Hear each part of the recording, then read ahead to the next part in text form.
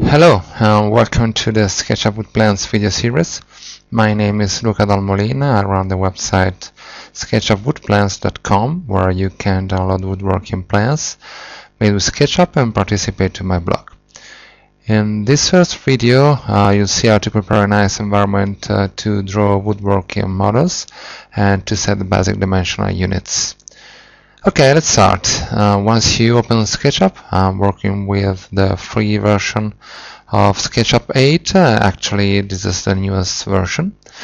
You can see this is the default environment you'll see, and also called a template. It's especially conceived for architectural purposes and is set in inches. So what we are going to do now is to create a new template that suits our needs. On the other part of the screen, you can see there is the menu bar. I'm passing over it with my mouse, and the first thing we have to do is to click on Window. So we do this, and we click then on Model Info.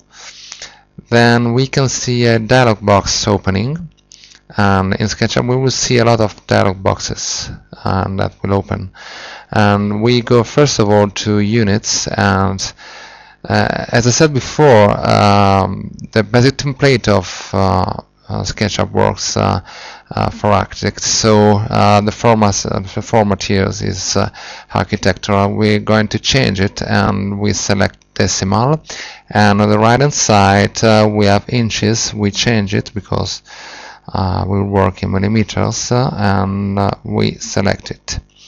Then we can take care of the precision that will affect the precision of measurement and lines and all other shapes we will draw. And usually I used to set it at 30 after comma. So we do that. When it comes later to print the plan, I go back here and I select only 0 millimeters because so the plan will be easier to understand. But for the moment we stay on 30 after decimal. And here we have enable length snapping, and I enable this function because I find it easier to use it without it.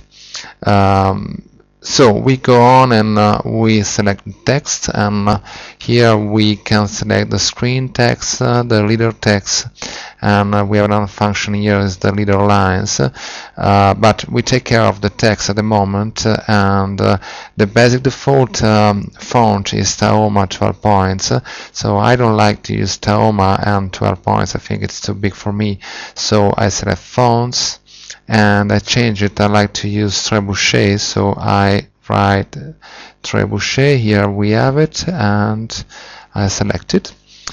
After that I leave it here regular. I liked it, and I select the font 8. I think it goes well for woodworking.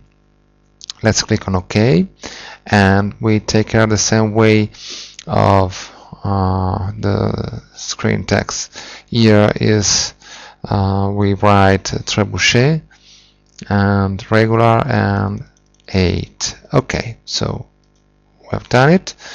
Then we go to dimensions, and we have to select once again the font we like. So it's Trebuchet and regular and 8. We click on OK, and the last thing we have to do if we want to do it is to deselect enable scene transition. So when we go and we pass from one scene from the other, we pass quicker than enabling the scene transition that may take 1, 2 or more seconds. So we close this dialog box, the model info box, and we go back to the screen.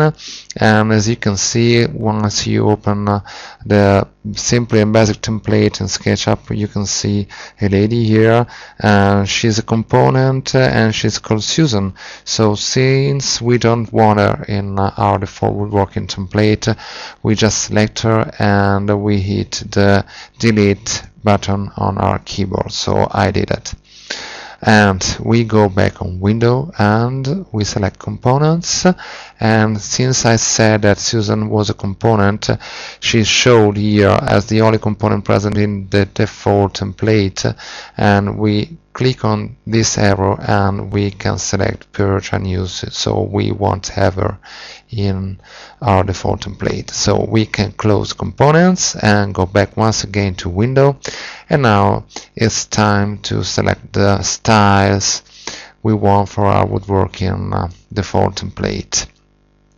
We have 5 options here to select to decide the style we want for the default template, and we go in this second icon, is Face Settings. We click on it, and here we can choose the front color and the back color of our model. So if I click on the color here, there is a little dialog box opening, and I can select the color of the front face of my model, of my faces. So usually I like to leave a white color, so the default RGB is 255, 255, 255. If you want to change it, you can either click on these arrows and to change the value, or you can type directly the value inside the box. So for example, you can type 150, and you can see here on the left side that the color is changing in preview box. So for example, here I can type 130 and 245, so we have another color. Or we can just click and drag this little bar, and we can see the color that is changing. Okay, I go back here, and as I said, I select the white color, so it means 255, 255, and 255. Okay, we click on OK, and now it's time to take care of the back color, and I suggest you to use a not color, so you can see in your model when you have a reverse face, and you can easily adjust it. And we follow the same process I described before. In this case, for example, I can type inside the 104 and 180 and 104. It's sort of a green, so it will be options when I draw if there is any reverse face. I click on OK, and that's all for this part of face settings, and I click on background settings. Okay, clicking here, I can select whether I want to see the sky or not. So at the moment I like to deselect sky, and if you take a look to the screen, you can see that there is no more transition between the sky and the ground.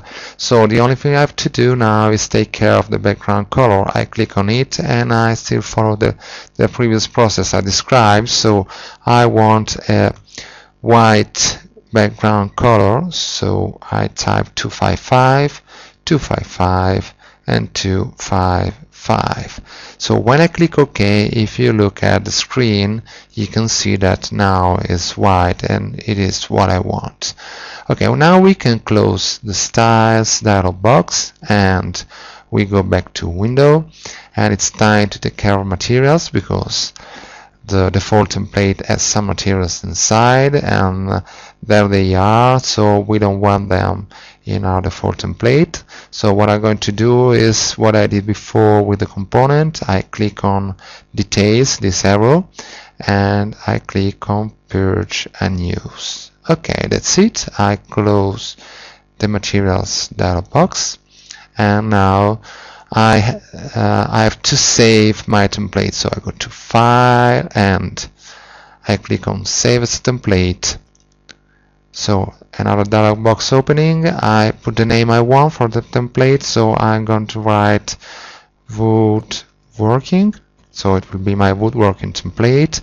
And when I click on the file name, I have the file extension SKP, Woodworking SKP. So I save it, So this will be from now on my default template for woodworking, and anytime I want to go back and select another template, I just have to click on Window and Preferences and Template. So there are many other templates you can select and work with your models. Okay, we click on OK. In the following videos, we'll go deeper on some drawing techniques for woodworking. That's all for now. You have watched SketchUp Wood Plans video. If you want to follow my blog or purchase woodworking plans and metrics, come and visit sketchupwoodplans.com. Bye bye!